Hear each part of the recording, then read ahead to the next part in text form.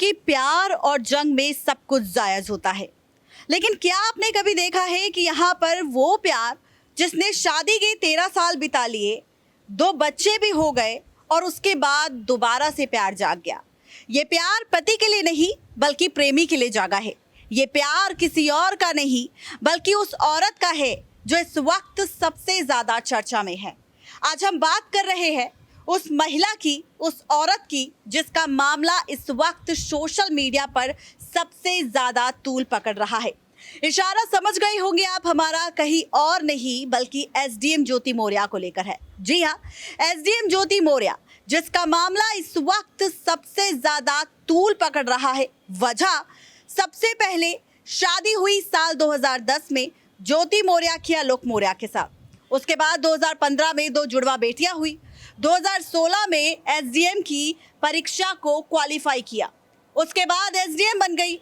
लेकिन इस बीच उसकी मुलाकात 2016 में मनीष दुबे के साथ हुई। मनीष दुबे जो कि यहाँ पर कमांडेंट है, और इस बीच दोनों का प्यार का सिलसिला शुरू हो गया।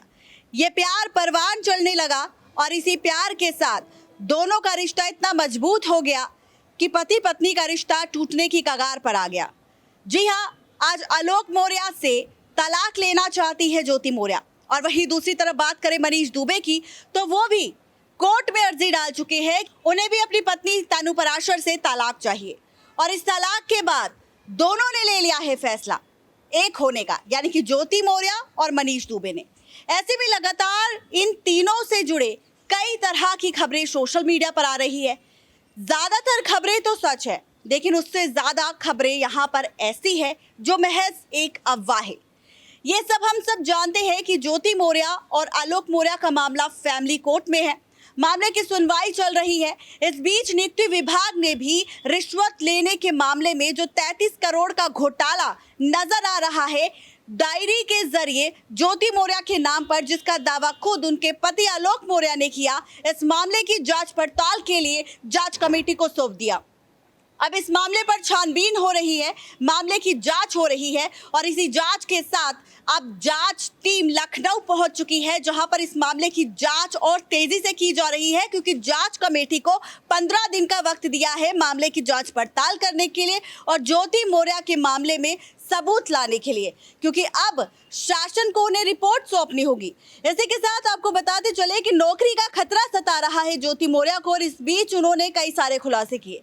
नमस्कार, मैं हूं रजनी भारद्वाज और आप देख रहे हैं नेक्स्ट 9 लाइव।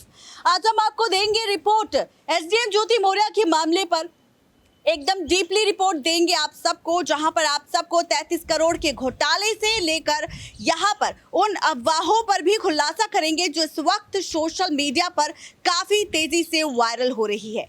क्या है पूरी खबर, देखिए ये रिपोर्ट। होटल के कमरे में इस हाल में मिले थे मनीष और ज्योति मौर्य। अगली रिपोर्ट की ओर बढ़ते हैं, बात करते हैं ज्योति मौर्य की जेठानी शुभ्रा को उसके पति ने दी जान से मारने की धमकी। ज्योति मौर्य नहीं बल्कि आलोक मौर्य दे रहे हैं इस बड़ी साजिश को अंजाम। नौकरी के डर से एसडीएम ज्योति मौर्य ने पुलिस को खुद बताया पूरा सच। भाई सचिन ने दी बहन ज्योति मौर्य के खिलाफ गवाही। आलोक मौर्य के फोन से मिली पत्नी ज्योति मौर्य की प्राइवेट तस्वीरें।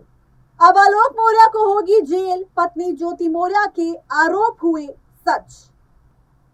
ज्योति मौर्य और जेठानी शुभ्रा के बीच हुई थी बड़ी डील, हो गया बड़ा खुलासा। एक बार फिर से उत्तर प्रदेश की पीसीएस अधिकारी ज्योति मौर्य के खिलाफ भ्रष्टाचार मामले की जांच अब तेज होती जा रही है। दरअसल जांच कमेटी ने ज्योति और उनके पति आलोक मौर्य के बयान को दर्ज करने के लिए एक नोटिस भी जारी कर दिया। आपको बताते चले कि इसमें कमेटी ने आलोक को सबूतों के साथ बयान दर्ज करने के लिए बुलाया है।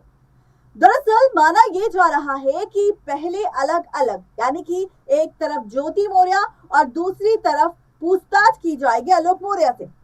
उसके बाद जब दोनों से अलग अलग पूछताछ पूरी हो जाएगी, उसके बाद जांच कमेटी दोनों को फिर एक साथ बैठाकर, आमने सामने बैठाकर इस मामले की जांच करेगी और इन दोनों से ही पूछताछ करेगी। आपको बता दें कि जांच कमेटी ने ज्योति मौर्य के 6 अलग अलग बैंक खातों का ब्यौरा मांगा है और उन पर पद पर रहते हुए भ्रष्टाचार करके अकूत संपत्ति बनाने का आरोप है।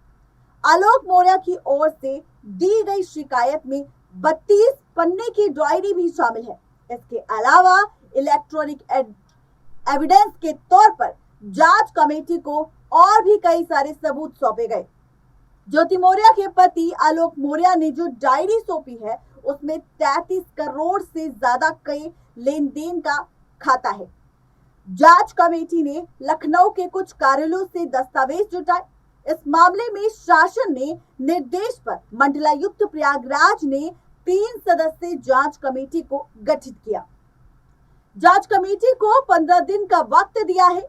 इस 15 दिन के भीतर जांच कमेटी को ज्योति मौर्य की रिश्वत लेने वाले मामले पर यानी कि 33 करोड़ का जो घोटाला नजर आ रहा है ज्योति मौर्य के नाम पर, उस मामले की जांच पड़ताल के लिए जांच टीम को 15 दिन का वक्त दिया गया और इन्हीं 15 दिन के भीतर उन्हें ये जांच रिपोर्ट तैयार करनी होगी और इस रिपोर्ट को तैयार करके शासन को सौंपना होगा। आपको बता दें कि ज्योति के पति आलोक ने उनके खिलाफ अमान्य तरीके से लेन देन से जुड़ी शिकायत दर्ज की है। शिकायत में कहा गया है कि ज्योति ने अपनी नौकरी के दौरान अपने पद का गलत इस्तेमाल किया और करोड़ों के रुपयों का लेन देन किया, जिससे भ्रष्टाचार फैला है और इस मामले की जांच अब प्रयागराज के कमिश्नर विजय विश्वास पंत करेंगे। आपको बताते चले कि गठित जांच कमेटी में प्रयागराज के एसडीएम प्रशासन और की तरफ से एससीएम फास्ट को भी इस मामले को सौंप दिया गया। ज्योति मौर्य जो कि वाराणसी की रहने वाली है, साल 2010 में उनकी बछवल के आलोक मौर्य के साथ शादी हुई थी। 2015 में ज्योति मौर्य और आलोक की जुड़वा बेटियां हुई और 2016 में ज्योति मौर्य ने पीसीएस परीक्षा को पास किया। फिलहाल ज्योति मौर्य और आलोक मौर्य के बीच विवाद चल रहा है। ज्योति मौर्य ने पति आलोक और ससुराल वालों पर दहेज प्रताड़ना के आरोप लगाए और मामला भी दर्ज कर दिया। फिलहाल दोनों का ये केस फैमिली कोर्ट में है। आपको बताते चले कि आलोक मौर्य की भी अब इस मामले में मुश्किलें दरअसल बढ़ सकती है।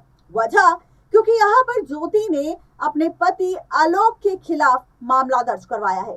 साथ ही आलोक की भाभी शुभ्रा मौर्य ने भी अपने देवर आलोक के खिलाफ एफआईआर दर्ज करवाई है।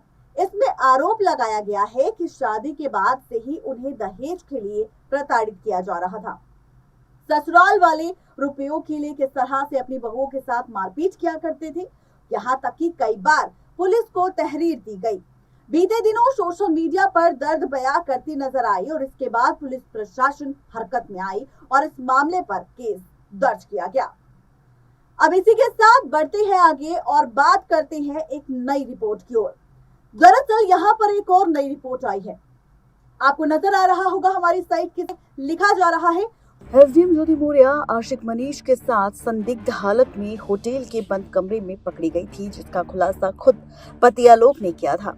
जी हाँ, एसडीएम ज्योति मौर्य मामले को लेकर मचा बवाल थमने का नाम नहीं ले रहा। मामले में रोजाना नए खुलासे हो रहे हैं। बता दें कि मामले में कल ज्योति मौर्य के आशिक कमांडेंट मनीष दुबे को जहां पर सस्पेंड करके उन पर मामले की जांच पड़ताल हुई, तो वहीं अब ज्योति मौर्य के मामले पर भी नियुक्ति विभाग ने फैसला सुना दिया, जहां पर जांच कमेटी अब कार्यवाही कर रही है ज्योति मौर्य के मामले में। आपको बताते चले कि वहीं इस बीच वायरल चैट में आलोक को रास्ते से हटाने की बात की गई थी, जिसके बाद यहां पर आलोक सबके सामने आया और उसने सबूतों का खुलासा कर दिया। ऐसे में आपको बताते चले कि आलोक मौर्य ने इस बात का खुलासा किया था कि उनकी पत्नी यहाँ पर उनका एक्स्ट्रा मैरिटल अफेयर चल रहा है, किसी और से नहीं बल्कि मनीष दुबे के साथ। उन्होंने ये आरोप लगाया था कि उनकी पत्नी और मनीष दुबे को उन्होंने 2020 में एक दूसरे के संपर्क में देखा था। आरोप को लेकर मोबाइल फोन व्हाट्सएप पर की गई बातचीत को भी उन्होंने सार्वजनिक किया था। उन्होंने कहा था कि यहाँ पर किस तरह से दोनों का एक दूसरे के साथ रिश्ता चल रहा था। आलोक और ज्योति की शादीशुदा जिंदगी सही चल रही थी, लेकिन इस बीच साल 2020 में ज्योति की मुलाकात होमगार्ड कमांडेंट मनीष दुबे से हुई। आलोक का कहना है कि ज्योति मनीष के करीब और उससे दूर चली जा रही थी। आलोक मौर्य का आरोप है कि उसे अपनी पत्नी पर शक हुआ तो उसने मोबाइल चेक किया। इसमें मनीष दुबे, जो कि होमगार्ड कमांडेंट के पद पर तैनात है, के साथ उनकी पत्नी ज्योति मौर्य की चैट सामने आई। यही नहीं, उनका आरोप है कि उन्होंने दोनों को रंगे हाथों पकड़ लिया था। बताया जा रहा है कि ज्योति का प्रेमी फिलहाल गाजियाबाद में होमगार्ड कमांडेंट के पद पर तैनात है। उसने अपनी पत्नी को तलाक देने की अर्जी कोर्ट में दे रखी है। वहीं ज्योति भी अब आलोक से तलाक की मांग कर रही है। आपको बताते चले कि अब इसी के साथ खबर ये है कि होटल में जिस संदिग्ध हालत में आलोक ने अपनी पत्नी को मनीष दुबे के साथ देखा था, वो सारी सच्चाई अब सामने आने वाली है, किसी और के नहीं बल्कि सभी के, क्योंकि उसकी तस्वीरें खुद अब दिखा दी है आलोक मौर्य ने सबके सामने। देखना दिलचस्प होगा कि इन सबूतों को देखने के बाद क्या अगला फैसला होगा, किसी और का नहीं बल्कि पुलिस का और शासन का।